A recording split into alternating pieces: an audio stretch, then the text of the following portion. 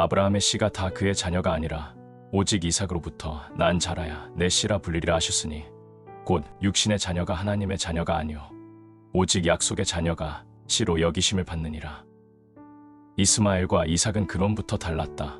그랬기에 그들의 삶에서 드러난 본성에도 차이가 있었다. 그 본성은 약속과의 관계에서 드러났다. 스스로의 힘으로 자신을 만들어 온 사람은 육적으로 얻을 것밖에 없을 것이다. 그러나 성령으로 새롭게 창조된 사람에게는 이러한 표적이 있을 것이다. 너희는 하나님으로부터 나서 그리스도 예수 안에 있고 예수는 하나님으로부터 나와서 우리에게 지혜와 의로움과 거룩함과 구원함이 되셨으니 기록된 바 자랑하는 자는 주 안에서 자랑하라 함과 같게 하려 함이라. 새로 거듭난 사람 안에는 새로운 생명에서 비롯된 것이 있다. 육체적인 사람에게는 그런 것이 전혀 없다. 이스마엘은 아브라함의 육체적인 특성과 함께 여종이었던 어머니의 특성을 가지고 있었다. 그는 아버지처럼 장대한 사람이었고 족장의 귀족적인 태도를 물려받았다. 그러나 이삭은 아버지의 믿음을 물려받았고 내적으로 거룩한 영적인 생활도 이어받았다. 약속의 상속자로서 이삭은 아버지 아브라함과 함께 머물렀지만 이스마엘은 광야에 자신의 장막을 지었다. 이삭은 메소포타미아에서 오래된 부족들과 동맹을 추구했다. 하지만 이스마엘의 어머니는 이스마엘의 아내를 애굽에서 데려왔다. 자신이 애굽 출신이었기 때문에 이는 매우 자연스러운 일이었다. 비슷한 사람들끼리 모이기 마련이다. 이삭은 저녁 무렵의 들판에서 묵상을 했다. 성스러운 것들과 대화하기 위해서이다. 그러나 이스마엘은 사람들과 다투었다. 그는 세상적인 것을 마음에 두었기 때문이다. 묵상은 거친 사람의 것이 아니다. 거친 사람의 손은 모든 사람을 대적하고 모든 사람의 손은 그를 대적한다. 이삭은 자신을 하나님께 드리는 희생 제물로 드렸다. 하지만 이스마엘에게는 그런 것을 전혀 찾아볼 수 없다. 이스마엘에게 자기 희생은 없었다. 이스마엘은 하나님께 드리는 어린 양이 아닌 살인자였다. 만약 당신이 영적으로 훈련을 받고 가르침을 받고 사람들이 말하는 것처럼 경건하다고 해도 마음이 새로워지지 않고 성령 충만을 받지 않았다면 하나님의 자녀로서의 비밀을 가지고 살고 있지 않는 것이다. 그리스도인으로서 많은 외적인 증거를 가지고 있을 수도 있다. 찬양을 하고 기도를 하고 성경 말씀을 인용하고 다른 사람들에게 신비스러운 경험을 이야기할 수도 있다. 하지만 정말로 살아계신 하나님의 신비스러운 교제, 하나님이 받으실 만한 예배로 자신을 드리는 방법을 알기 위해서는 반드시 거듭나야 한다. 약속의 자녀는 하나님의 백성들과 함께 거한다. 그리고 아무도 보지 않고 또 아무도 보이지 않을 때 보이지 않는 위대하신 하나님이 가까이 이끄셔서 자신과 대화하게 하실 때 약속의 자녀는 자신이 최상의 무리 안에 속해 있다고 느낀다. 약속의 자녀만이 모리아산에 올라가서 제단 위에 누워 자신을 하나님께 드릴 수 있다. 이 말의 의미는 오직 성령으로 난 사람만이 자신을 온전히 하나님께 드리고 생명 자체보다 하나님을 더 사랑하게 된다는 뜻이다. 당신의 본성과 행동은 당신의 근원에 따라 달라질 것이다. 따라서 나는 당신이 올바로 시작해서 천국의 자녀가 되기로 고백하고 정말 거듭난 상속자로 인정받기를 기도한다. 육체를 따라 여종의 아들로 태어난 이스마엘은 항상 종의 흔적을 지닐 수밖에 없다. 노예의 아들은 자유인으로 태어나지 않는다. 이스마엘은 자유를 상속받은 아들인 이삭과 같지 않고 같을 수도 없다. 이제 주목해보자. 나는 이스마엘이 이삭처럼 되고 싶어 했다고 말하지 않겠다. 이스마엘이 이삭과 달랐다고 해서 자신을 실패자라고 느꼈다고 말하지도 않겠다. 하지만 사실은 그렇다. 자신의 행위, 감정, 자기 부인으로 자기 구원을 위해 수고하는 사람은 교만해서 자기가 종의 몸인 것을 모를 수도 있다. 그는 자신이 자유롭게 태어났으며 누구에게도 구속받은 적이 없다고 자랑할지도 모른다. 하지만 그는 평생 종으로 살아가는 것이다. 자유가 무슨 의미인지, 자족이 무슨 의미인지, 하나님 안에서의 기쁨이 무슨 의미인지 결코 알지 못한다.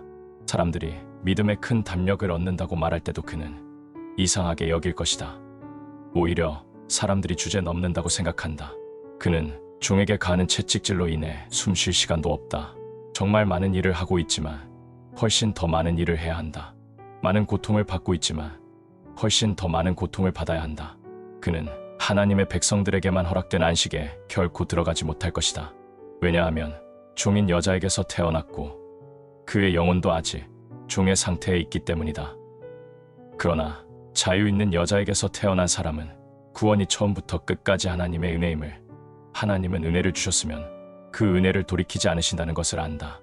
하나님의 은사와 부르심에는 후회하심이 없음을 알기 때문이다. 그리스도가 완성하신 일을 받아들이고 자신이 사랑받는 자로 인정받았다는 것을 아는 사람은 하나님 안에서 안식하고 크게 기뻐할 수 있다. 그의 삶과 영혼은 기쁨과 평안으로 충만하다. 그는 자유자로 태어났으며 자유하다. 정말 자유하다. 당신은 하나님 자녀의 자유를 이해하는가? 아니면 아직도 심판을 두려워하고 광야로 내쫓길 것을 두려워하며 율법 아래에서 종된 상태로 있는가? 만약 후자의 경우에 속한다면 당신은 약속을 받지 않은 사람이다. 약속을 받은 사람이라면 그런 일은 일어날 수 없다는 것을 잘 알 것이다. 기업은 약속의 자녀인 이삭에게 속한다. 그는 내쫓길지 모른다는 두려움 없이 영원히 거한다. 육체를 따라 이스마엘처럼 태어난 사람들, 즉 자신의 능력과 힘을 위해 신앙을 가진 사람들은 이스마엘처럼 세상적인 것을 마음에 둔다. 믿음을 통해 약속에 의해 위로부터 태어난 사람들만이 이삭처럼 하늘에 신령한 것을 마음에 둔다. 육체적이고 종교적인 사람들이 세상적인 것을 어떻게 마음에 두는지 알아보자. 그는 예배 시간에 항상 같은 자리에 앉는다. 몸은 교회에 있지만 머리로는 온통 사업, 집, 농장 생각뿐이다. 그가 과연 하나님을 예배하는 것을 누리고 있을까? 전혀 그렇지 않다. 설교를 들을 때 그는 자기 영혼을 구원할 수 있는 그 말씀을 온유함으로 받아들일까? 전혀 그렇지 않다. 설교가 마치 정치적인 연설인 것처럼 말씀을 비판할 것이다. 그는 다른 사람들처럼 하나님의 사업에 헌금하지만 그것은 자신의 양심을 달래고 자신에 대한 좋은 평판을 유지하기 위해서다. 그는 하나님의 영광에 관심이 있을까? 전혀 그렇지 않다. 만약 관심이 있다면 돈 그 이상의 것을 드렸을 것이다. 하나님 나라의 진보를 위해 진심 어린 기도를 드렸을 것이다. 그가 이 시대의 죄악 때문에 한숨 짓고 울부짖을까? 당신은 하나님께 돌아오지 않는 가족 때문에 하나님과 홀로 있으면서 고통스러워하며 자신의 마음을 쏟아놓는 그 사람의 모습을 본 적이 있는가? 또 죄인들이 회개할 때 그리스도의 나라가 다가오고 있다는 큰 기쁨으로 크고 거룩하게 기뻐하는 그 사람의 모습을 본 적이 있는가? 그는 절대 그 수준에 이르지 못한다. 그에게 하나님의 모든 역사는 피상적이다. 그는 영적인 문제의 핵심과 중심에 들어가 본 적이 없다. 그렇게 할 수도 없다. 세상적인 마음은 종교적이라고 해도 여전히 하나님에 대해 적대적이고 하나님과 화해한 상태가 아니다. 사실 화해할 수도 없다. 그 사람 안에 영적인 마음이 창조되어야 한다. 영적인 것을 인식하고 이해하고 누릴 수 있기 전에 먼저 그리스도 예수 안에서 새로운 피조물이 되어야 한다. 시작했던 지점으로 돌아가 보자. 너는 거듭나야 하겠다. 우리는 성령으로 다시 태어나야 한다. 우리는 죄에 대해 죽음으로써만 받을 수 있는 영적 생명을 받아야 한다. 성령의 내적 생명을 갖기 전까지는 성령의 열매를 맺을 수 없다. 이스마엘은 이스마엘이고 이삭은 이삭이다. 그 사람의 본성대로 그의 행동도 그러할 것이다.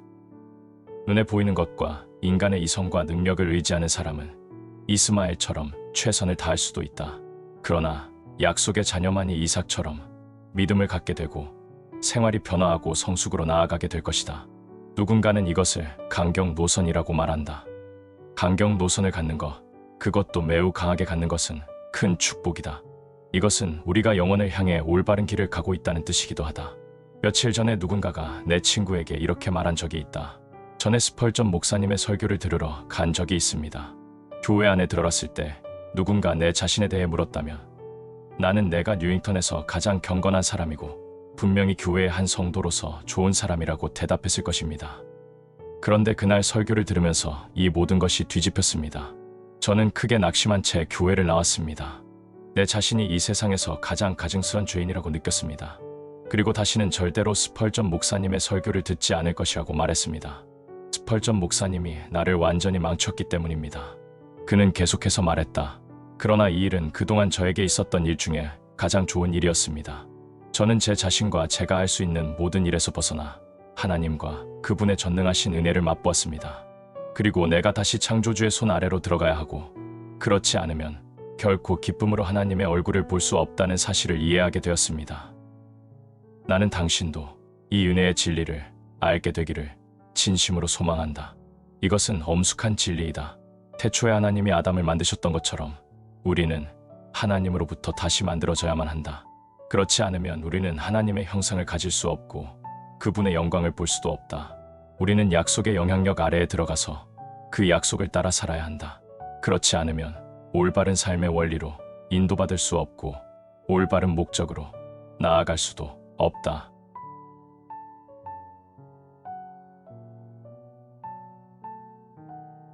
이상 두 종류의 인생이라는 찰스 스펄전 목사님의 묵상이었습니다. 주 안에서 승리의 삶을 이어가시기를 기도합니다.